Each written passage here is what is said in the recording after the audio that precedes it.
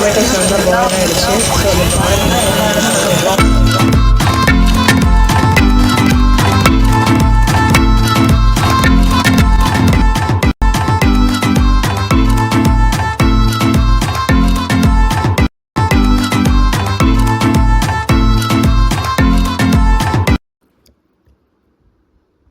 Boneless chicken எடுத்துக்கோங்க. நான் வந்து 150 கிராம்ஸ் கூட எடுத்துருக்கேன். இதை வந்து இப்போ நீங்கள் என்ன செய்ய போகிறோம்னா சிக்கன் லாலிபாப் செய்ய போகிறோம். ஃபஸ்ட்டு இதை வந்து மிக்ஸி ஜாரில் போட்டு அரைச்சிக்கலாம்.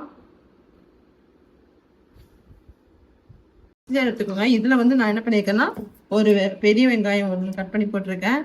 அதுக்குள்ளேயே வந்து பச்சை மிளகாய் 2 பச்சை மிளகாய், அப்புறமேலு நம்ம எடுத்து வச்சுருக்க சிக்கன், இஞ்சி பூண்டு பேஸ்ட்டு 1 ஸ்பூன் போல போட்டுக்கோங்க.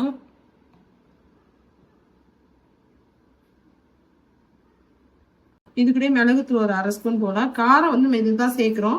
ஸோ அதனால காரம் உங்களுக்கு எந்த அளவுக்கு தேவையோ மிளகாய் பச்சை மிளகாய் இல்லைன்னா மிளகுத்தூள் எதுவுமே எக்ஸ்ட்ரா ஆட் பண்ணிக்கோங்க. நான் என் காரத்துக்கு ஏற்றப்பல ஆட் பண்ணிக்கிறேன். இதுக்குள்ளேயே வந்து 1 ஸ்பூன் போல சோயா சாஸ் இதையும் ஊற்றிக்கோங்க. இதை வந்து இதுக்குள்ளேயே வந்து கொஞ்சமாக இதுக்குள்ள நீங்கள் பிரெட் வேணாலும் போட்டுக்கோங்க. அப்படி இல்லைன்னா பிரெட் கிராம்ஸ் கூட போட்டுக்கோங்க. பிரெட் இல்லைன்னா ஒரு பிரெட் கிராம்ஸ் அதிகமாக இருந்துச்சுன்னா அது கூட போட்டுக்கோங்க. நான் வந்து ஒரு 2 கைப்பிடி பிரெட் கிராம்ஸ் போடுறேன். இதே ஒரு பிரெட் இருந்துச்சுன்னா ஒரு 2 பிரெட் போட்டுக்கோங்க போதும். இதை போய் நல்லா மிக்சியில் போட்டு அரைச்சிட்டு வந்துடலாம். கொஞ்சம் நல்லா மையாக அரைச்சிக்கோங்க. இந்த லாலிபாப் செய்யறதுக்கு ஷேப் நமக்கு வரணும் தான் கரெக்டாக. தண்ணி எதுவுமே ஊற்ற வேண்டாம். தண்ணி ஊற்றாமலே அரைங்க. ஓகே, நான் அரைச்சிட்டு இப்போ பாருங்கள் எந்த அளவுக்கு அரைச்சிட்டோம் பாருங்க. மையாக அரைச்சாச்சு. உங்களுக்கு தெரியுதா? இந்த மாதிரி அரைச்சிக்கணும். அரைக்கும் போது இது கூட என்ன பண்ணுறீங்கன்னா கொஞ்சமாக உப்பு போட்டு அரைச்சிக்கோங்க. இதுக்கு தேவையான அளவுக்கு உப்பு போட்டு அரைச்சிக்கோங்க. அப்போ வந்து எல்லா இடத்துலையுமே உப்பு நல்லா பரவிடும். அதுக்காக தான்.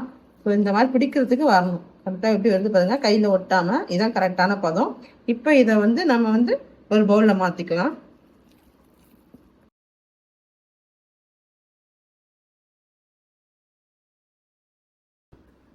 இப்போ ஒரு எக் எடுத்து உடச்சி ஊற்றிக்கோங்க.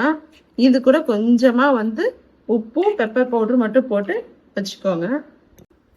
ஒரு பிஞ்ச் அளவுக்கு போடுங்க போதும், ரொம்ப போட வேண்டாம். அதே மாதிரி கொஞ்சமாக பெப்பர் பவுடர். காரம் நம்ம ஏற்கனவே நம்ம சேர்த்துட்டோம், அதனால இது அளவு போதும். நல்லா மிக்ஸ் பண்ணி விட்டுக்கோங்க. எக் ஒயிட்டும் எல்லோ நல்லா மிக்ஸ் ஆகணும். இப்போ வந்து இந்த சிக்கன் மறைச்சி வச்சுருக்கோம் பார்த்தீங்களா, அதை எடுத்துக்கோங்க. நல்லா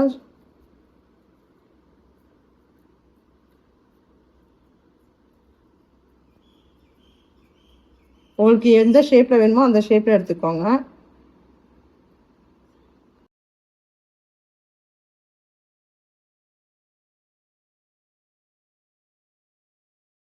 இப்போ உங்களுக்கு இது மாதிரி கையில் தட்டும் போது ஒருவேளை உங்களுக்கு ஒட்டிச்சு அப்படின்னா லைட்டாக கையில் வந்து எண்ணெய் அப்ளை பண்ணிக்கோங்க. எனக்கு எதுவுமே ஒட்டலை, ஸோ நான் தான் எண்ணெய் அப்ளை பண்ணல. இப்போ ஐஸ்கிரீம் ஸ்டிக் எடுத்துக்கோங்க. இந்த சென்டரில் இங்கே இருக்குது பார்த்தீங்களா, இதுக்குள்ளே அப்படியே ஸ்டிக் பண்ணிடுங்க. ஸ்டிக் பண்ணிவிட்டு நல்லா அமுக்கி விட்ருங்க, ஏன்னா வெளியே வந்துடக்கூடாது. ஸோ இப்போ இது பாருங்கள், நம்ம கொட்டவே இல்லை பாருங்கள். நல்லா ஆனால் டைட்டாக இந்த இடத்துல பிடிச்சிட்டுங்க. இப்போ அதெல்லாம் டிப் பண்ணிக்கோங்க. எல்லா இடத்துலையுமே அந்த எக்கு நல்லா படுற மாதிரி போட்டுக்கோங்க. அதுக்கப்புறம் பிரெட் கிராம்ஸில் எல்லா பக்கமும் கோட் ஆகிற மாதிரி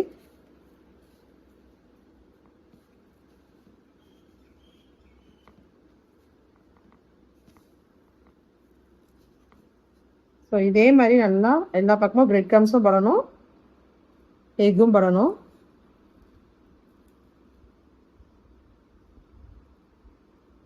இதை எடுத்து தனியாக நம்ம பிளேட்டில் வச்சிடலாம்.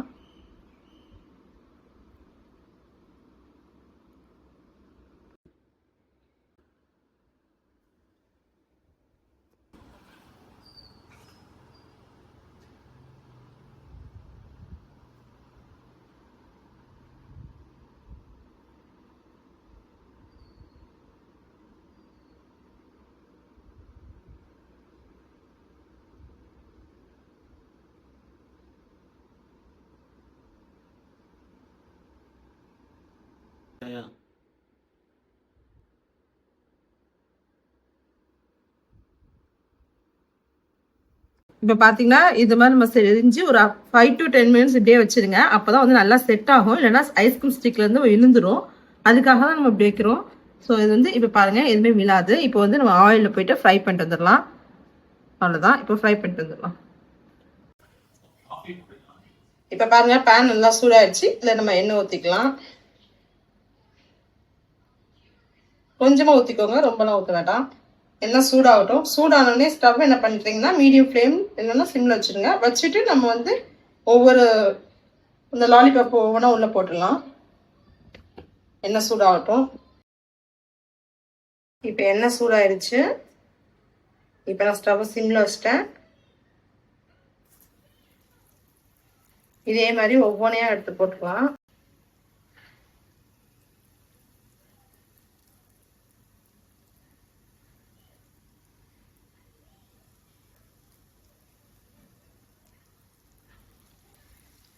ஸோ இப்போ நான் வந்து இந்த பேனில் வந்து 4 போட்டிருக்கேன்.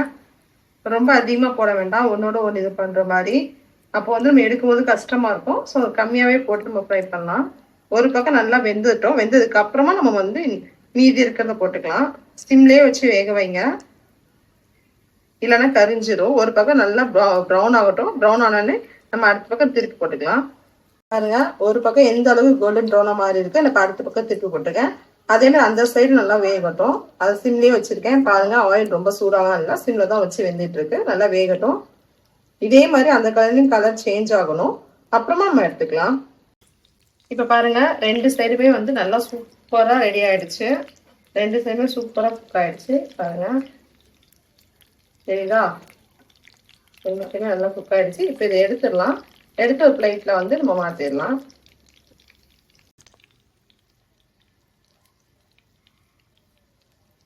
எண்ணெயெல்லாம் ஃபில்டர் பண்ணிடலாம். ஃபில்டர் பண்ணிட்டு எடுத்துடலாம். எவ்வளோ சூப்பராக வெந்துருச்சு பாருங்க.